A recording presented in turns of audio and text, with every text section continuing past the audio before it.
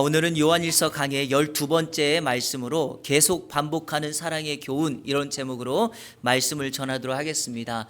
계속 반복하는 사랑의 교훈. 지난 시간에는 하나님을 사랑하는 데에 있어서 우리를 방해하는 것들, 즉 거짓 선지자들의 모습을 살펴보았습니다. 요한은 이들에 대하여 그들의 영을 분별할 것을 우리에게 권면하였습니다. 하나님께 속한 사람은 하나님의 영을 따르고 하나님께 속하지 않은 사람은 적그리스도의 영을 따른다고 하였습니다. 특별히 이들의 문제는 예수님의 성육신을 부인합니다. 예수님이 이 땅에 인간으로 오심을 인정하지 않고 그 자리에 자신들이 만들어낸 다른 진리로 그 내용을 대신합니다. 대표적인 사람들이 바로 영지주의라고 말씀을 드렸습니다. 영과 육을 구별하다 보니, 그리고 이것을 나누어서 영은 거룩하고 육은 악하고 속되다라고 하다 보니 예수님이 인간의 몸을 입고 이 땅에 오실 수가 없다라고 주장합니다. 여러분, 또한 영을 분별하는 가장 쉬운 특징이 하나가 있는데, 사람들이 하는 말을 보면 알 수 있다는 것입니다. 그들이 누구의 말을 듣고 어떤 말을 전달하는가. 예컨대 하나님께 속한 사람들은 언제나 하나님께 속한 사람들과 함께 하나님의 말씀을 듣고 하나님의 말씀을 전달하고 사람을 살리고 세우는 언어를 사용합니다. 반대로 적그리스도의 영, 즉 하나님께 속하지 않은 사람들의 특징은 세상에 속해서 세상에 속한 말을 듣고 세상의 방법을 따라 세상적인 말을 합니다. 그러니까 그 기준이 말씀이나 하나님이 아니라 언제나 세상의 원리, 세상의 교리로 그 기준을 나눕니다. 여러분, 이렇게 하면 그들에게 나타나는 건 딱 하나예요. 진짜와 가짜를 구별할 수밖에 없죠. 가짜라는 것을 알게 된다는 것입니다. 사랑하는 예안의 가족 여러분, 지난 한 주간 동안 하나님께 속한 자로 산 줄로 믿습니다. 그리고 저는 새벽마다 여러분을 위해서 기도할 때 우리 예안의 모든 성도님들이 하나님께 속하여 구별되어 이 땅에 하나님의 영광과 하나님의 사랑을 증명하는 사람으로 서게 될 줄로 믿습니다. 자, 오늘은요, 사도 요한이 말씀을 통해서 반복해서 전하는 사랑의 메시지를 다시 한번 여러분들에게 전하려고 하는데, 오늘 본문이요, 요한일서에서 사도 요한이 사랑의 메시지를 강조하는 것 중에 가장 강력한 메시지입니다. 그러니까 1장부터 5장까지 사랑의 내용을 전달하는 내용 중에 가장 강력한 메시지가 오늘 본문에 나타나고 있습니다. 자, 그 사랑을 강조하기 위해서 사도 요한이 먼저 사랑하는 성도들을 부르는 호칭에 대하여 살펴보도록 하겠습니다. 요한일서는 불신자에게 쓴 성경이 아닙니다. 모든 인류에게 쓴 성경이 아니라 예수 믿는 신자들에게 쓴 성경입니다. 그러니까 예수를 믿는 사람들이 요한일서의 말씀을 듣고 어떤 내용을 전달해야 되는지를 기록하고 있습니다. 요한은 요한일서에서 예수 믿는 성도들을 이런 식으로 호칭하였습니다. 자녀들아, 또 아비들아, 청년들아, 또 대표적으로 형제들아, 이런 단어를 썼습니다. 그런데 오늘 본문에서 사랑이라는 주제를 강조하기 위해서 요한은 성도들을 이렇게 표현합니다. 한번 따라해 볼까요? 사랑하는 자들아. 사랑하는 자들아, 이 말이 요한일서에서 6번 나옵니다. 그런데 여기 보니까요, 2장 7절, 3장 2절, 3장 21절, 그런데 나머지 3번이 4장 1절, 4장 7절, 4장 11절. 그러니까 오늘 우리가 살펴보는 본문 안에서만 2번이나 반복해서 나오고 4장에 3번이 나와요. 이유가 뭘까요? 사랑을 강조하기 위해서 성도들에게 사랑하는 자들아라고 그들을 권면하고 있습니다. 우리나라 속담에 이런 말이 있는 거 아십니까? 고기도 누가 잘 먹어요? 먹어본 놈이 잘 먹는다. 이거 무엇을 강조하려고 쓰는 속담입니까? 인생에 자신이 체험한 경험을 강조하는 거죠. 경험이 있는 사람들이 동일한 일을, 동일한 행동을 한다라는 것입니다. 본문의 사랑도 마찬가지입니다. 요한이 성도들을 사랑하는 사람들아, 사랑하는 자들아 이렇게 부르는 이유는 하나님의 사랑을 자신을 비롯하여 성도들이 받았기에 하나님의 사랑을 경험한 사람들이 예수 그리스도의 사랑을 전달하고 하나님의 명령에 따른 사랑을 전할 수 있다라는 겁니다. 다시 말하면 사랑을 받은 사람이 사랑을 나누고 전달할 수 있다라고 요한은 강조하기 위해서 그 성도들을 사랑하는 자들아라고 부르고 있습니다. 그러면 오늘 본문에서 요한이 보다 강력하게 강조하고 있는 사랑의 메시지, 그 사랑의 교훈은 무엇인가? 오늘 본문에 나타나는 내용으로 세 가지를 여러분에게 소개하겠습니다. 첫째로 한번 따라올까요? 하나님이 사랑이다. 하나님 자체가, 하나님 자신이 사랑이라고 말합니다. 오늘 성경 본문 7절과 8절 다 같이 읽겠습니다. 시작. 사랑하는 자들아, 우리가 서로 사랑하자. 사랑은 하나님께 속한 것이니 사랑하는 자마다 하나님으로부터 나서 하나님을 알고 사랑하지 아니하는 자는 하나님을 알지 못하나니 이는 하나님은 사랑이심이라. 아멘. 하나님은 누구다? 사랑이다. God is love. 하나님을 사랑이라고 정의 내립니다.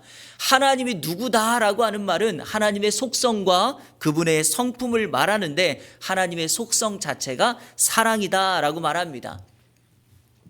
성도 여러분, 우리 주일날 오후에 공부하는 일제일 제자영국 성경 공부에서 하나님의 속성을 공부할 때 하나님에게는 하나님만이 가지고 있는 속성이 있죠. 비공유, 공유할 수 없는 비공유적 속성이 있죠. 그게 바로 뭐였습니까? 하나님은 전지, 전능, 무소, 부재, 영원, 불변. 한번 따라 볼까요? 전지, 전능, 무소, 부재, 영원, 불변.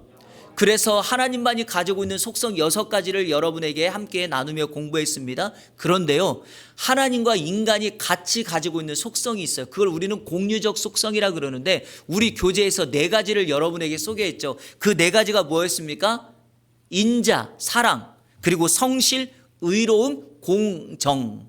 하나님은 이렇게 이와 같은 속성을 가지고 있어요. 그런데요, 하나님과 인간이 같이 가지고 있는 속성이라고 해서 예컨대 인자, 사랑, 성실, 의로움, 공정이 나로부터 시작되는 성품인가? 라고 질문했을 때 그렇지 않습니다. 이 4가지도요, 엄밀하게 그 출발과 시작은 하나님께 있다라는 것입니다. 하나님의 사랑이, 하나님의 의로움이, 하나님의 공정이, 하나님의 성실이 있기에 그 모습이 우리에게 전달되고 나타나서 우리도 사랑으로, 우리도 성실로, 의로움과 공정함으로 살아갈 수 있다라는 것을 우리에게 강조합니다. 이해되십니까? 바로 그 내용입니다. 오늘 본문의 사랑이 하나님께 속했고 사랑하는 자마다 하나님으로부터 나서 하나님을 안다고 기록하고 있습니다. 여러분, 이 말을 우리가 이제 여러분에게 설명하는 건데 이거예요. 하나님은 사랑이고 그 사랑이 우리가 알았고 우리는 그 사랑으로부터 났다라는 말은 무슨 의미인가? 우리 자체가 바로 사랑이라는 것을 의미하는 거예요. 이게 무슨 말이냐? 하나님께 났으면 우리도 하나님과 같은 성품, 하나님이 특별히 인간과 같이 가지고 있는 속성이 사랑이라면 하나님의 자녀가 된 우리도 사랑이어야 한다라는 것을 우리에게 강조하고 있습니다. 여러분은 사랑입니다. 여러분은 사랑의 존재가 되어야 합니다. 바로 그것을 우리에게 명령하고 있습니다. 바로 그 하나님이 우리에게 이 사랑을 명령하며 서로 사랑할 것을 권면하고 명령하고 있다. 자, 그런데 여기서 쉽게 이야기해서 여러분에게 한 가지 더 강조하고 싶은 원리가 하나가 있어요. 하나님은 사랑이다 할 때 이 사랑이 아가페예요. 이 아가페는 하나님이 우리를 사랑하는 무조건적인 사랑을 의미합니다. 그런데요, 성경에서 너희가 서로 사랑하라, 이웃을 사랑하라, 형제를 사랑하라 했을 때 우리에게 명령한 사랑의 명령도 똑같이 아가페입니다. 여러분, 하나님이 우리를 사랑한 무조건적인 사랑이 아가페라면 우리가 할 수 있는 사랑은 다른 표현을 써야 되지 않겠습니까? 그런데 하나님의 무조건적인 사랑을 표현하는 이 사랑을 우리에게 사용하면서 우리에게 이 사랑을 명령했다는 이유는 무엇일까요? 바로 저와 여러분이 사랑 자체가 되어서 저를 한번 따라해 보십시오. 사랑은 수단이나 조건이 아니다. 사랑은 수단이나 조건이 아니라 사랑 자체가 목적이에요. 그러니까 우리가 사랑이 되어서 우리의 삶을 사랑의 삶으로 살아가는 것이 우리의 목적이다라는 것을 표현합니다. 그런데 이 사랑을 알아야 돼요. 이 알미라는 단어가 체험적인 알미잖아요. 그러니까 아까 말씀드렸던 것처럼 우리가 하나님의 사랑을 먼저 경험하고 체험했을 때 이 사랑이 어떠한 사랑인지를 우리가 깨닫게 됩니다. 만약에 사랑이 우리 안에서부터 온다면 내 생각, 내 지식, 그리고 내가 배운 지식 이런 걸로 나올 텐데 그런 것으로는 여러분 사랑을 감당할 수 없기에 우리 주님이 우리에게 베풀어 주신 사랑을 근거로 사랑이 되어서 사랑을 실천해야 된다라는 것입니다. 제가 실례를 들어서 쉽게 설명해 드릴게요. 성경에서 사랑이라는 단어가 가장 먼저 쓰여진 곳이 창세기 22장이에요. 창세기 22장은 아브라함이 자신의 독자 아들 이삭을 하나님 앞에 번제로 바치라는 하나님의 시험에 직면하는 장면에서 사랑이라는 단어가 성경에서 처음으로 등장합니다. 자, 우리 창세기 22장 1절과 2절을 같이 읽겠습니다. 시작. 그 일 후에 하나님이 아브라함을 시험하시려고 그를 부르시되 아브라함아 하시니 그가 이르되 내가 여기 있나이다. 여호와께서 이르시되 내 아들 내 사랑하는 독자 이삭을 데리고 모리아 땅으로 가서 내가 내게 일러준 한 산 거기서 그를 번제로 드리라. 아멘. 아브라함이 이삭을 사랑했다라고 했을 때 표현하는 사랑이 이 사랑이라는 단어예요. 이 히브리말 사랑이 헬라어 그대로가 아가페입니다. 아버지가 아들을 사랑한 내용을 전달하고 있는데, 자, 질문합니다. 아브라함이 아들을 아가페로 사랑할 수 있는 그 근거는 어디에서 나왔을까요?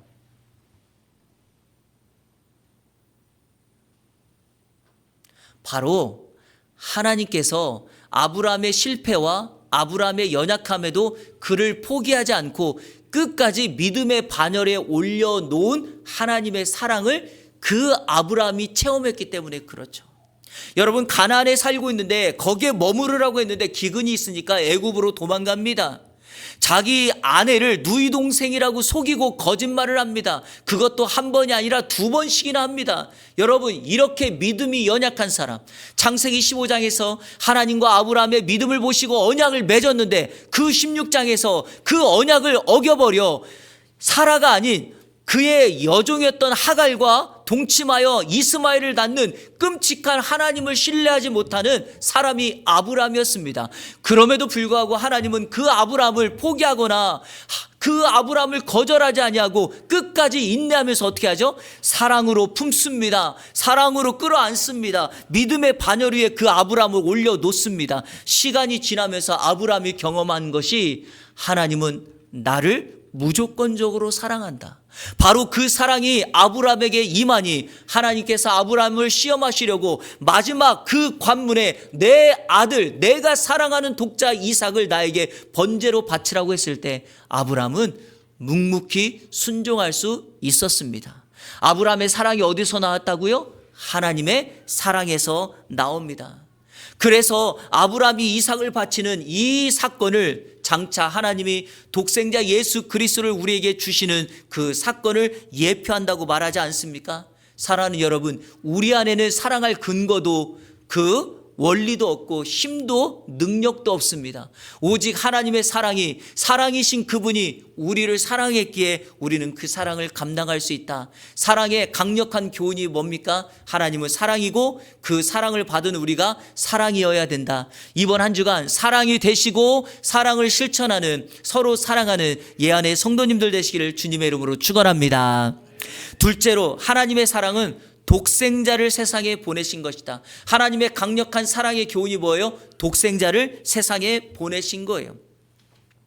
인류를 향한 사랑, 우리 개인을 향한 하나님의 사랑의 극치는 어디에서 표현될까요? 십자가, 즉 독생자를 십자가에 죽이신 사건으로 나타납니다. 오늘 성경 구절을 다 같이 읽겠습니다. 같이 읽겠습니다. 시작. 하나님의 사랑이 우리에게 나타난 바 되었으니 하나님이 자기의 독생자를 세상에 보내심은 그로 말미암아 우리를 살리려 하심이라. 아멘. 하나님이 독생자를 세상에 보내신 것은 하나님이 그 예수 그리스도를 십자가에 죽으심으로 우리를 뭐하기 위함이다? 살리기 위함이다. 여러분, 나를 살리려고, 우리를 살리려고 독생자를 십자가에 죽이신 것이에요. 여러분, 여기에는 그래서 언제나 희생과 헌신과 수고가 들어간다. 그래서 사랑을 우리가 말할 때 항상 사랑은 수고다라고 말하는 거예요. 바울 사도가 데살로니가 교회 성도들의 믿음을 칭찬할 때 이런 식의 표현을 씁니다. 너희의 사랑의 수고가. 여러분, 왜 사랑을 이렇게 표현했을까요? 사랑은 언제나 수고하고 일할 때 능력이 나타나고 열매를 맺기 때문입니다. 여러분, 진짜 그렇지 않습니까? 내가 사랑하는 대상을 위하여 아낌없이 나의 것을 그 대상에게 수고하고 헌신하고 희생하지 않습니까? 그러니까 사랑은 언제나 수고가 따르고 헌신과 희생이 따르게 됩니다. 그런데 오늘 요한은 이 예수님을 세상에 보내신 사건을 그분의 사명이라고 표현합니다. 여기요, 9절에서 이렇게 표현하죠. 하나님이 자기의 독생자를 세상에 보내심은, 하나님이 독생자 예수를 세상에 보냈는데 이 보냈다는 말이 헬라어로 아포스텔로예요. 이게 뭐냐? 사명을 위해서 누군가를 보내는 겁니다. 선교사를 위하여 어느 지역으로 보내는 겁니다. 목회자를 그 지방으로 보내는 겁니다. 성도를 그 직장으로 보내는 겁니다. 한 인생을 그 가정에 보내는 거예요. 왜요? 사명 때문에. 영혼을 살리라고, 영혼을 구원하라고, 복음을 전하라고 이렇게 보낸다라고 하는 단어가 이거예요. 그런데 그 단어를 하나님이 세상에 예수 그리스도를 보내는 거죠. 자, 이 말씀을 제가 들으는 이유가 있어요. 우리 입장에는 이것이 사명이라면, 우리 입장에서 예수님이 세상에 온 것은 당연하구나. 왜냐하면 하나님이 그를 사명을 주셔서 예수님을 보냈기 때문이죠. 자, 그런데 중요한 건 당사자예요. 예수님의 입장에서, 사명을 받은 예수님의 입장에서 자신의 사명을 완성하려면 이 땅에서 뭐 해야 될까요? 말씀해 보세요. 뭐 해야 돼요? 죽어야 돼요. 그러니까 이 사랑의 사명을 완성하는 것은 반드시 그 안에 희생과 헌신과 죽음이 따른다라는 말이죠. 성도 여러분, 현재 우리 나라는 산불로 인한 극심한 피해를 입고 있습니다. 영남 지역에 발생한 이 산불이 완전히 지금도 잡히지 않아서 인명과 재산 피해는 말할 것도 없고 천년의 고찰, 문화재 등이 불타고 있습니다. 지금까지 한국에서 경험하고 있는 최고의 재난을 경험하고 있습니다. 정부와 지자체가 협력하여, 또 기업들도 협력하고 군인들까지 협력해서 불씨를 끄고 있습니다. 그런데요, 이런 과정에서 사람들에게 받은 사랑을 그들에게 좀 갚겠다고 많은 연예인들이 성금, 또 기업인들이 성금, 교회도 성금 하고 있어요. 그런데 이럴 때 눈살을 찌푸리게 하는 일들이 있어요. SNS를 통해서 많은 사람들이, 어떤 연예인들이 얼마의 성금을 보냈다 그러면 반대쪽에서 누군가가 이렇게 글을 써요. 너가 받은 사랑이 얼만데 A라는 연예인은 이만큼을 성금을 냈는데 너는 고작 이만큼을 냈느냐, 이런 식으로 막 반대급부로 잘못된 부정적인 글들을 쓰기 시작해요. 그런데 여러분, 우리 아셔야 돼요. 그 연예인들이, 아니 그 사람이 그런 성금을 낸다는 것은 자신의 희생과 헌신을 각오한 거예요. 그렇지 않습니까, 여러분? 그런데 이것을, 그들의 땀과 헌신을 이렇게 쉽게 폄하해서는 안 된다라는 것입니다. 그러니까 내가 누군가에게 사랑을 베푼다는 것은 반드시 나의 희생과 헌신과 수고와 땀을 기반으로 한다라는 거죠. 여러분, 세상에서 기부하는 것도 그러한데 하나님이 우리를 사랑하는 그 사랑에 독생자의 희생이 있었다는 것은 우리 마음속에 이 사랑이 얼마나 큰가를 새겨야 합니다. 10절에서 그 예수 그리스도를 화목제물로 소개하면서 화목제물로 죽으셨다는 걸 표현합니다.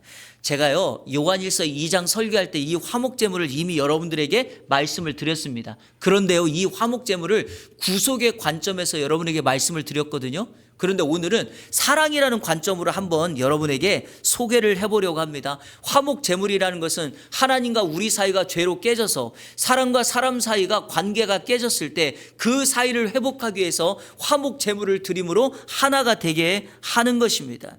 여러분, 깨어진 관계를 회복하기 위하여 화목제물이 있다면 그 제물은 나에게 있어서 가장 귀하고 값지고 소중한 것이어야 합니다. 하나님에게는 그 화목제물이 누구였죠? 예수님이었습니다. 아브라함에게는 그 화목제물이 이삭이었습니다. 자, 그럼 우리 성도님들에게 질문합니다.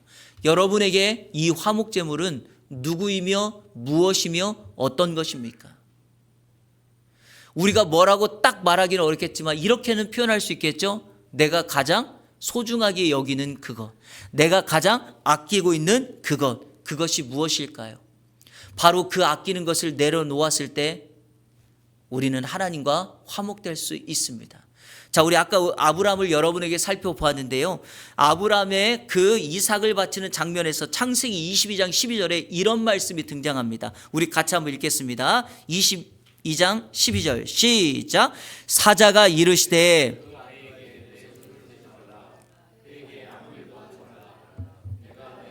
내 독자까지도 내게 아끼지 아니하였으니 이제야 내가 하나님을 경외하는 줄을 아노라. 아멘.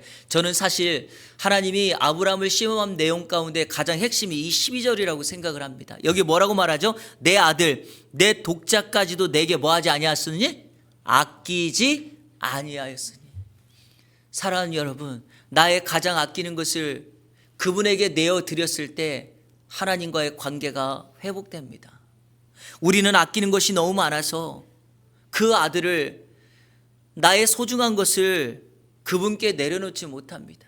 하지만 마지막 시험, 그분과 우리의 관계를 회복하는 마지막 단계는 내가 정말 아끼고 있는 것, 그것조차도 그분에게 내려놓았을 때 하나님의 은혜를, 하나님의 사랑을 경험할 수 있게 됩니다.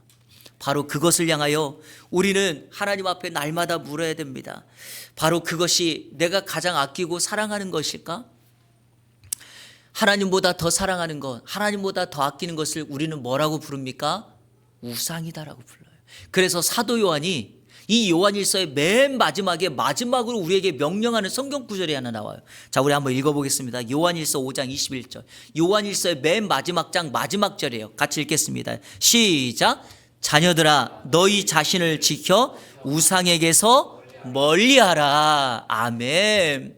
사랑하는 성도들이 하나님의 사랑을 잊고 사랑이 되어서 이 땅에 독생자를 보내신 그 하나님의 사랑을 기억하고 있다면 나의 가장 아끼는 것을 하나님처럼 이 세상을 향하여 주님 앞에 헌신하며 나아갈 때 우리는 우상을 멀리하고 하나님의 선한 사랑의 뜻을 온전히 이루어갈 수 있다. 이번 한 주가 힘들지만 어렵지만 나의 것을 하나님 앞에 드림으로 하나님의 은혜를 경험하는 이 안에 모든 성도님들 되시기를 주님의 이름으로 축원합니다. 마지막 셋째로, 하나님 사랑은 형제 사랑으로만 증명된다. 한번 따라 볼까요? 형제 사랑으로만 증명된다. 이웃 사랑으로만 증명된다. 이웃을 사랑하면 하나님을 볼 수 있다. 자, 오늘 성경 11절 12절 같이 읽겠습니다. 시작. 사랑하는 자들아, 하나님이 이같이 우리를 사랑하셨은즉 우리도 서로 사랑하는 것이 마땅하도다. 어느 때나 하나님을 본 사람이 없으되 만일 우리가 서로 사랑하면 하나님이 우리 안에 거하시고 그의 사랑이 우리 안에 온전히 이루어지느니라. 아멘. 세상은 우리 성도들에게 이런 질문을 합니다. 하나님을 본 적이 있느냐? 너가 하나님을 보았다면 하나님을 보여줘라. 너가 나에게 하나님을 보여준다면 내가 그 하나님을 믿겠다라고 도전합니다. 성도 여러분, 하나님을 보여줄 수 있겠습니까?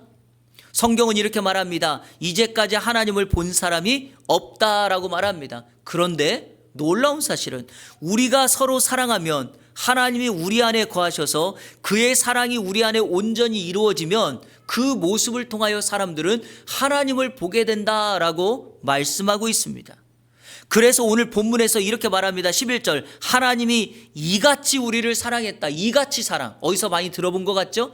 요한복음 3장 16절에 하나님이 세상을 이처럼 사랑했다라고 말합니다. 우리 요한복음 3장 16절 한번 다 같이 암송해 보겠습니다. 시작. 하나님이 세상을 이처럼 사랑하사 독생자를 주셨으니 이는 저를 믿는 자마다 멸망하지 않고 영생을 얻게 하려 하심이라. 아멘. 요한 일서에 이같이, 요한 복음에 이처럼, 같은 말이에요. 같은 단어예요. 이런 방식으로, 이런 뜻이거든요. 어떤 방식입니까? 하나님이 독생자를 이 땅에 보내셔 우리를 사랑하신다는 증거로 그를 죽이시는 방법으로 우리 주님의 사랑이 임했다라는 것입니다. 사랑하는 성도 여러분, 중요한 말씀 드립니다. 하나님의 사랑을 이처럼 받았다면 응당 우리도 그 사랑을 세상을 향하여 하나님의 사랑을 돌려보내고 세상을 향하여 사랑을 흘려보내며 사랑을 나눠야 되지 않겠습니까? 바로 그 사랑의 나눔이 형제 사랑, 이웃 사랑입니다. 우리는 때때로 하나님을 사랑한다라고 하는 말에 올인하는 경향이 있어요. 근데 여러분, 하나님을 사랑하는 것과 이웃을 사랑하는 것은 반비례가 아니에요. 내가 하나님을 온전히 사랑한다는 말은 이웃을 온전히 사랑한다는 것과 비례해요. 그러니까 하나님을 온전히 사랑하는 사람은 이웃을 온전히 사랑해야 한다. 하나님은 사랑하는데 이웃을 사랑하지 못한다. 그거는 하나님을 사랑하지 않는다는 말과 같습니다. 그래서 우리는 눈에 보이지 않는 하나님을 사랑하는 것과 함께 눈에 보이는 이웃과 형제를 사랑함으로 하나님의 사랑을 이 땅에 실천하고 하나님을 증명할 수 있다. 바로 그것이죠. 우리 요한일서 1장 1절 한번 읽어볼까요? 자, 우리 읽겠습니다. 시작. 태초부터 있는 생명의 말씀에 관하여는 우리가 들은 바요 눈으로 본 바요 자세히 보고 우리의 손으로 만진 바라. 아멘. 사도 요한이 요한일서를 쓰면서 1장 1절 문안인서를 하면서 이렇게 말합니다. 태초에 있는 말씀, 즉 하나님 예수 그리스도 그분을 내가 들었다, 눈으로 보았다, 손으로 만진 바 되었다. 왜 오감을 사용해서 왜 그 하나님을 이렇게 그가 보았고 들었고 만졌다고 말합니까? 그의 스승이신 예수 그리스도 그분의 공생의 삶을 통하여 요한은 주님을 보면서 하나님을 본 거예요. 예수님이 나를 본 자는 아버지를 보았다라고 말한 것처럼 이제 우리 차례입니다. 요한이 예수님을 통하여 하나님을 보았다면 우리가 오늘 말씀을 통하여 요한이 본 것처럼 사람들에게 예수님의 말씀을 듣게 하고 예수님을 눈으로 보게 하고 예수님을 손으로 만져 느낄 수 있도록 하나님은 죽은 자가 아니라 살아계신 하나님이라는 것을 만방에 선포하고 알리는 것, 그것이 바로 우리의 사명인 줄로 믿습니다. 말씀을 맺겠습니다. 마지막 말씀의 결론을 한 가지 성경의 이야기로 도전하며 말씀을 맺도록 하겠습니다. 마태복음 18장에는 1만 달란트 빚진 자의 비유가 등장합니다. 1만 달란트 빚진 자가 있었습니다.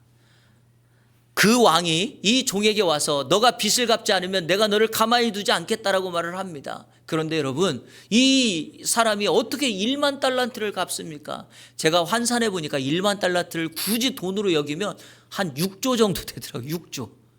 왜냐하면 1데나리온이 하루의 품삯인데 이 1데나리온이 6천분의 1이에요. 6천분의 1. 그러니까 6천을 배로 해보니까 이게 정확한지 모르겠지만 약 6조 정도가 나오는 60조인지 6조인지는 모르겠지만 엄청난 액수예요. 그런데 이 종이 왕에게 갚을 수가 없습니다. 능력이 없습니다. 심지어는 내 아내와 자식들을 다 팔아도 갚을 수가 없습니다. 너무 정말 간곡하게 요청을 하니까 이 임금이 이 사람에게 1만 달란트의 빚을 용서해 줬어요. 갚지 않아도 된다. 여러분, 이게 정말 얼마나 큰 은혜입니까? 그렇죠? 자, 그러면 질문합니다. 이 1만 달란트 빚진 자는 오늘의 누굽니까? 우리를 설명하는 거예요. 자, 그런데 이 마태복음 18장의 비유 중에 이렇게 나와요. 1만 달란트 빚진 자가 왕에게 빚 탕감을 받고 집으로 돌아가다가 자신에게 100데나리온 빚진 자를 만났어요. 자, 어떻게 해야 됩니까? 용서해야죠. 사랑으로 품어야 되죠. 하지만 그는 품지 못했습니다. 바로 이걸 여러분에게 도전하고 싶은 거예요. 하나님의 한없는 은혜, 사랑을 받았다면 여러분, 나도 그 사랑을 나누고 실천하고 베푸는 것이 진정한 그리스도인의 삶, 하나님의 1만 달란트의 빚을 탕감받은 하나님의 은혜, 독생자 예수 그리스도의 죽음으로 살아난 우리의 그 받은 사랑을 실천하는 방법입니다. 바로 이 사랑을 이번 한 주간 저와 여러분이 큰 은혜를 경험한 1만 달란트 탕감받은 자로서 이 사랑을 실천해 보시지는 않겠습니까? 바로 이 은혜로 이번 한 주간 살아가는 우리 이 안에 모든 성도님들 되시기를 주님의 이름으로 축원합니다. 우리 시간에 결단의 찬양 드리도록 하겠습니다. 여러분, 하나님을 사랑한다면 그 사랑을 어떻게 할 수 있나요? 표현해야 됩니다. 보여줘야 합니다. 내가 사랑하는 사람에게 헌신과 희생과 수고를 하고 있다는 걸 보여줘야 돼요. 우리 찬양하면서 같이 그 사랑을 고백하며 나가겠습니다. 다 표현 못해도 다 표현 못해도 나 표현하리라. 다 고백 못해도 나 고백하리라. 다 알 수 없어도 나 알아가리라. 다 닮지 못해도 나 닮아가리라. 다 표현 못해도 다 표현 못해도 나 표현하리라. 다 고백 못해도 나 고백하리라. 다 알 수 없어도 나 알아가리라. 다 닮지 못해도 나 닮아가리라. 그 사랑 얼마나 아름다운지, 그 사랑 얼마나 날 부욕해 하는지, 그 사랑 얼마나 크고 놀라운지를, 그 사랑 얼마나 나를 감격하게 하는지, 그 사랑 얼마나, 그 사랑 얼마나 아름다운지, 그 사랑 얼마나 날 부욕해 하는지, 그 사랑 얼마나 크고 놀라운지를, 그 사랑 얼마나 나를 감격하게 하는지. 아름다우심, 아름다우심, 오 놀라우심, 형언할 수 없는 사랑. 오 위대하신, 오 위대하신 하나님의 사랑, 하나님의 사랑 영원히 찬양하리. 아름다우신, 아름다우신, 오 놀라우신, 영원할 수 없는 사랑. 오 위대하신 하나님의 사랑 영원히 찬양하리.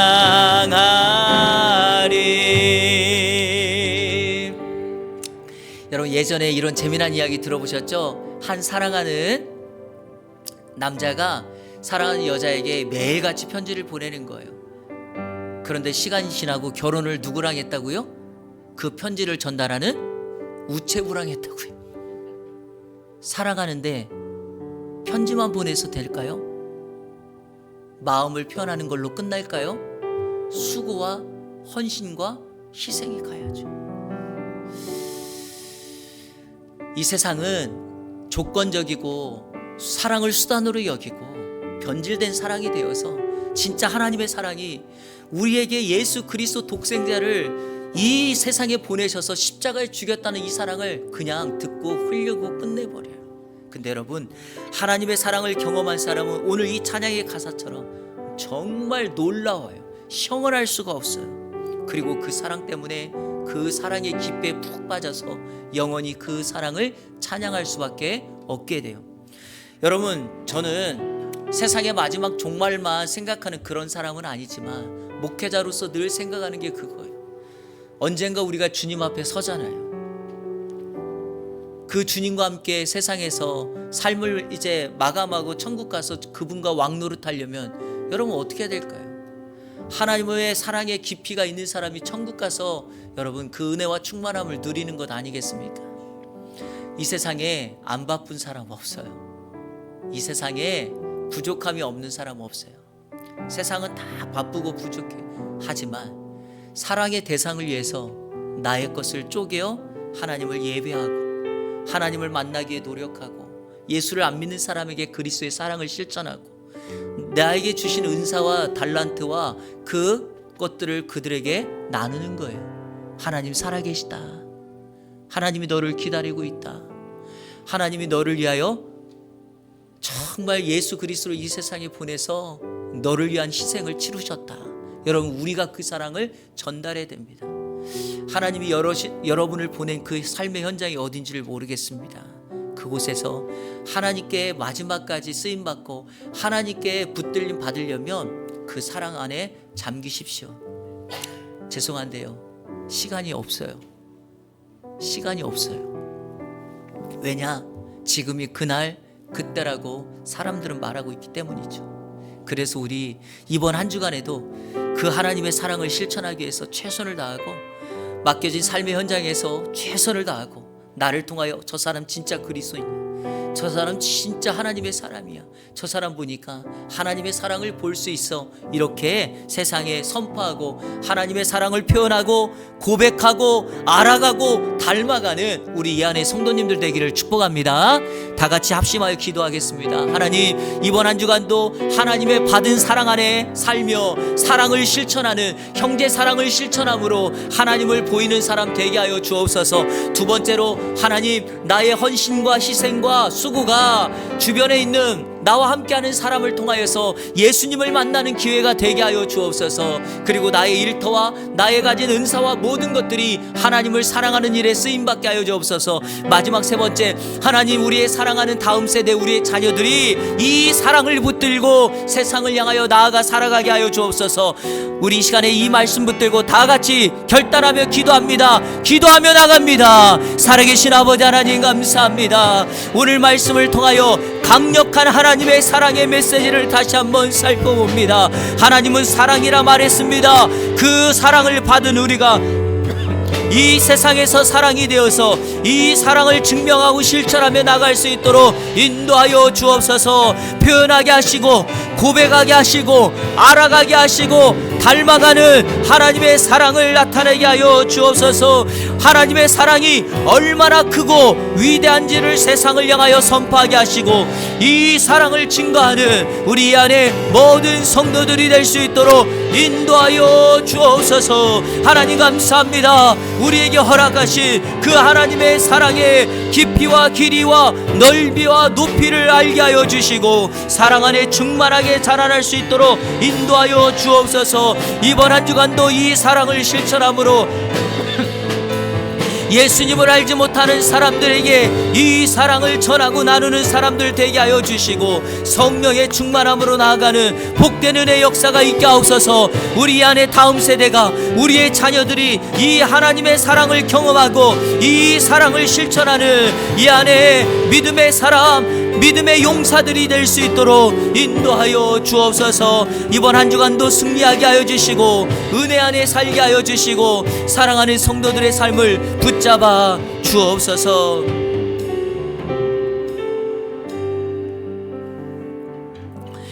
일만 달란트 탕감받은 자로서 아버지 하나님의 크신 사랑을 받은 우리가 이번 한 주간도 사랑이 되어서 이 사랑을 나누고 실천하여 이 땅에 하나님의 살아계심을 증명하고 하나님의 자녀로 살아가는 모든 성도들 되게 하여 주옵소서.